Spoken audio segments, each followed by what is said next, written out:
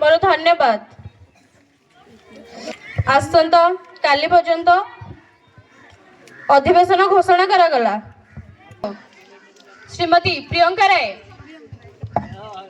मुझे गृह दृष्टि आकर्षण करुच्ची जे आम राज्य समस्त जाति अत्यंत क्षति अच्छा सरकार धनर सर्वनिम्न सहायक मूल्य केवल कागज पत्र धार्य कर रखुच्च किंतु वास्तव में चाषी मैंने दलाल मान शोषित होती। आपणकर एमएसपी एक मृत जीवन सदृश उत्तर रखते कृषि मंत्री।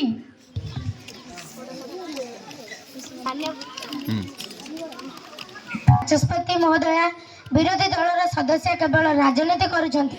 आम सरकार एमएसपी निश्चित करने बहु केन्द्र खोली एवं डिजिटल मंडी व्यवस्था को मजबूत करिसेंती। आमे गत 3 वर्ष 5 लाख रु अधिक चाषी सीधा सड़क धान क्रय करिछु। जो माने 15 वर्ष धरी आम क्षमता थिले सेमाने आज हमको शिक्षा देबे। अविश्वास यह केवल मिथ्या तथ्य। यदि आपणकर व्यवस्था एते मजबूत ताहले गत सप्ताहर बरगढ़ जिल्लार जने चाषी कहीं आत्महत्या कले, कहीं धान बिक्री हो पारा नहीं। चाषी आत्महत्या सरकार एक ज्वलंत प्रमाण। माननीय बाचस्पति महाशय, राजनीति और संवेदनशीलता मध्य पार्थक्य को विरोधी दल बुझा उचित। गोटे दुर्भाग्यजनक घटना को नहीं समग्र सरकार को दोष देवा उचित नुहे। आमे सही चाषी परिवार को सहायता राशि जोगाई देइछु। आम सरकार ऋण छाड़ पे एक बड़ योजना आरंभ करिसंती जहाँकि पूर्व सरकार करि नथिले। आमर नीति केवल भाषण नुहे कार्यकारिता। ऋण छाड़ योजना कथा कहउचंती।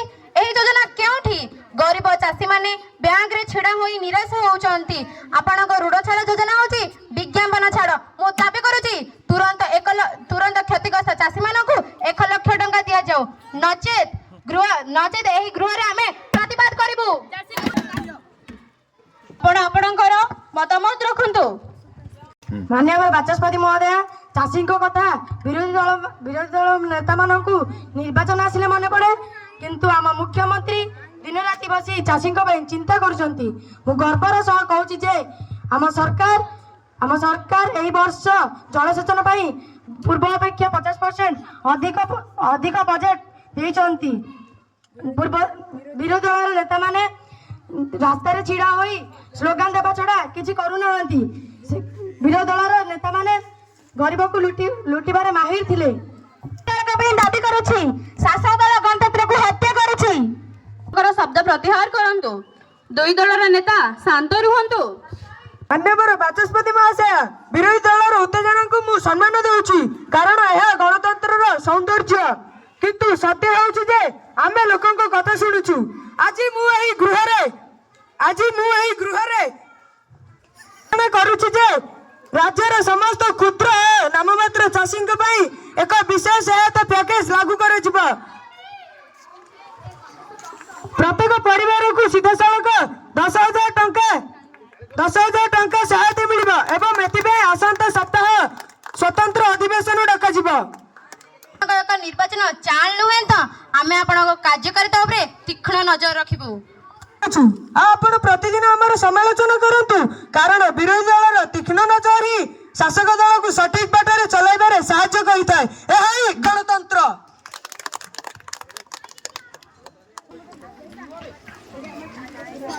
सुस्थ शरीर और सुस्थ मन आम सफलतार भित्ति। यह आलोचना द्वारा आम जानी पाइबा जे निज शरीर और खाद्य अभ्यास को किपरि सुस्थ रखिबा। वर्तमान मु शिक्षा मंत्री को अनुरोध करुछि से निजर मतामत रखिबे। हाथ धोई खाइबा और सुपानीय जल पीवा भली अभ्यास गुड़िक आमको सुस्थ रखे। निज प्रश्न रक्षा करंतु। महोदय धन्यवाद। मु मोर प्रश्न स्वास्थ्य मंत्री महोदय को पचारिबा पई चाहूची। विद्यालय रे दिया जाउथिबा खाद्य पिला मानंका पई किबा छात्र छात्री मानंका पई स्वच्छता कि न यह जानिबा हमर आवश्यक। तेणु एही कथाटी आमे स्वास्थ्य मंत्री महोदय को जागृत कर दिया जाउची। आम शरीर को शक्ति देउछि पुष्टिकर खाद्य आम शरीर पई आवश्यक। विद्यालय रे जदि विटामिन एथि प्रति आमे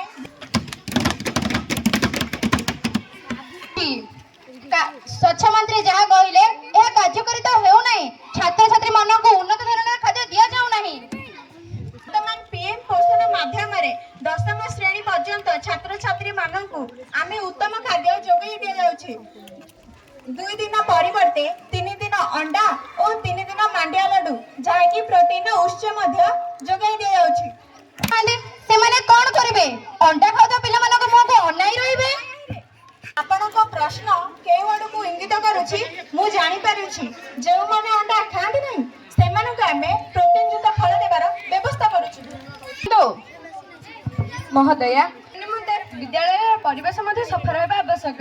ତେଣୁ ଆମେ ବିଦ୍ୟାଳୟର ପରିବେଶକୁ ସ୍ୱାସ୍ଥ୍ୟ ଓ ସ୍ୱଚ୍ଛ ରଖିବା ନିମନ୍ତେ ବ୍ୟବସ୍ଥା କରୁଛୁ।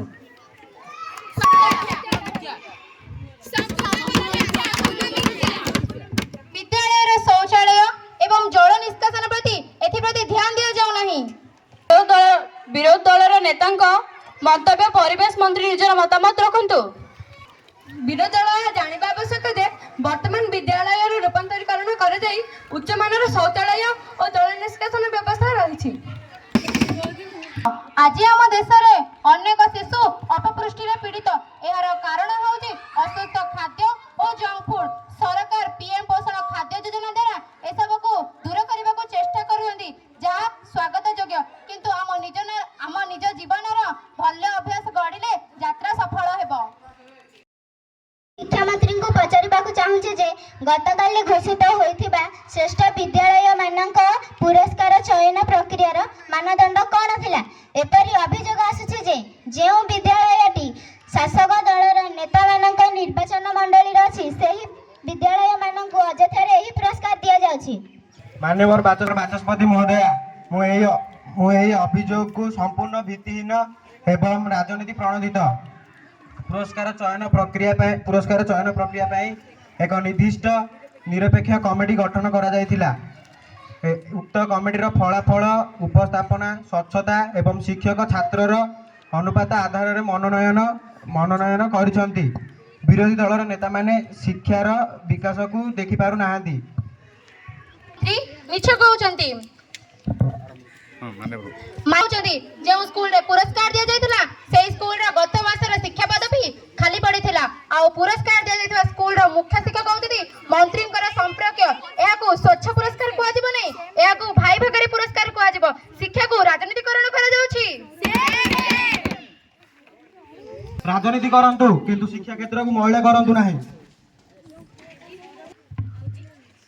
ବିରୋଧୀ ଦଳର ନେତା ଅନିୟମିତତାର କଥା କହୁଛନ୍ତି, କିନ୍ତୁ ସେମାନେ କେଉଁଠି ଥିଲେ?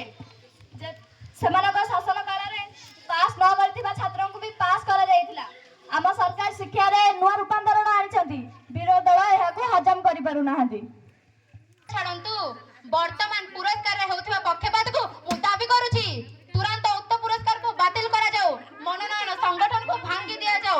ଶିକ୍ଷାମନ୍ତ୍ରୀ ଗୃହରେ କ୍ଷମା ମାଗନ୍ତୁ।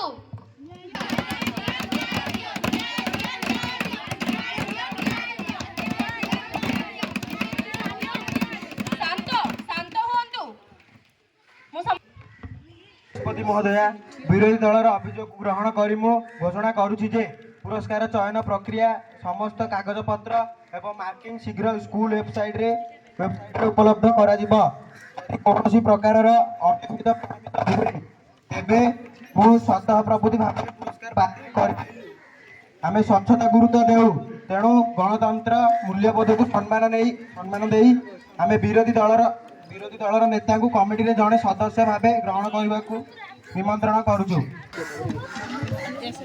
ମୁଁ ଏହି ପ୍ରସ୍ତାବକୁ ଗ୍ରହଣ କରୁଛି, କିନ୍ତୁ ପୁଣି ଥରେ ଶିକ୍ଷା ଅନୁଷ୍ଠାନରେ ରାଜନୀତିକରଣ ହେଲେ ଆମେ ଏହି ଗୃହକୁ ଚଳାଇ ଦେବୁ ନାହିଁ।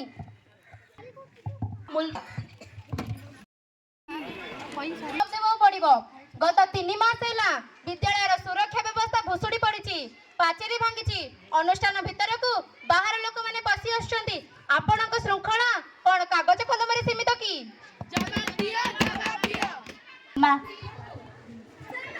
ମାନ୍ୟବର ବାଚସ୍ପତି ମହୋଦୟା, ବିରୋଧୀ ବନ୍ଧୁ ବୋଧହୁଏ ତଥ୍ୟ ଦେଖିନାହାନ୍ତି। ଆମେ ପ୍ରତି କୋଣରେ ସିସିଟିଭି ଲଗାଇବା ପାଇଁ ବଜେଟ୍ ପାସ୍ କରିସାରିଛୁ। ସୁରକ୍ଷା କର୍ମୀଙ୍କ ସଂଖ୍ୟା ମଧ୍ୟ ଦ୍ୱିଗୁଣିତ କରାଯାଇଛି। ସମସ୍ୟା ପୁରୁଣା, କିନ୍ତୁ ଆମେ ସମାଧାନ କରୁଛୁ। ବାଚସ୍ପତି ମହୋଦୟ, ସୁରକ୍ଷା କେବଳ କ୍ୟାମେରାରେ ନଥାଏ, ସୁରକ୍ଷା ପିଲାମାନଙ୍କ ମନରେ ଥାଏ। ଆଜିକାଲି ପିଲାମାନେ ଅନୁଶାସନ ମାନୁନାହାନ୍ତି। ସରକାର କ'ଣ କରୁଛନ୍ତି? ଦଣ୍ଡରେ ଆସେ ନାହିଁ। ଆମେ ବିଦ୍ୟାଳୟର ଯୋଗ ଏବଂ ନୈତିକ ଶିକ୍ଷାକୁ ବାଧ୍ୟତାମୂଳକ କରୁଛୁ। ଆମେ ଏପରି ଏକ ପିଢ଼ି ଗଢ଼ିବା ପାଇଁ ଚାହୁଁଛୁ ଯେ କ୍ୟାମେରା ଭୟରେ ନୁହଁ, ନିଜ ବିବେକ ଭୟରେ ଶୃଙ୍ଖଳିତ ରହିବ।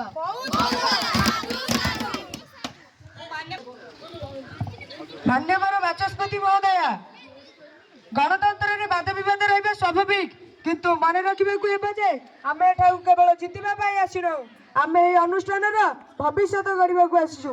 ମୋର ବିରୋଧୀ ବନ୍ଧୁମାନେ ଯେଉଁ ପ୍ରଶ୍ନ ଉଠାଇଲେ ତାହା ଆମକୁ ଅଧିକ ସତର୍କ କରୁଛି।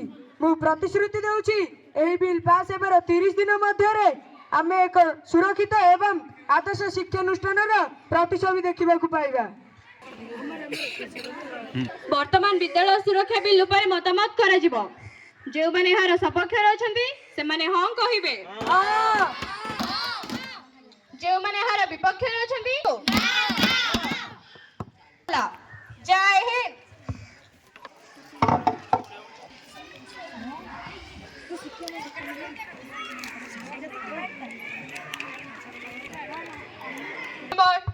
ବିରୋଧୀ ଦଳର ସଦସ୍ୟା ସୁଶ୍ରୀ ଆରତୀ ନାୟକ ରକ୍ଷା କରନ୍ତୁ।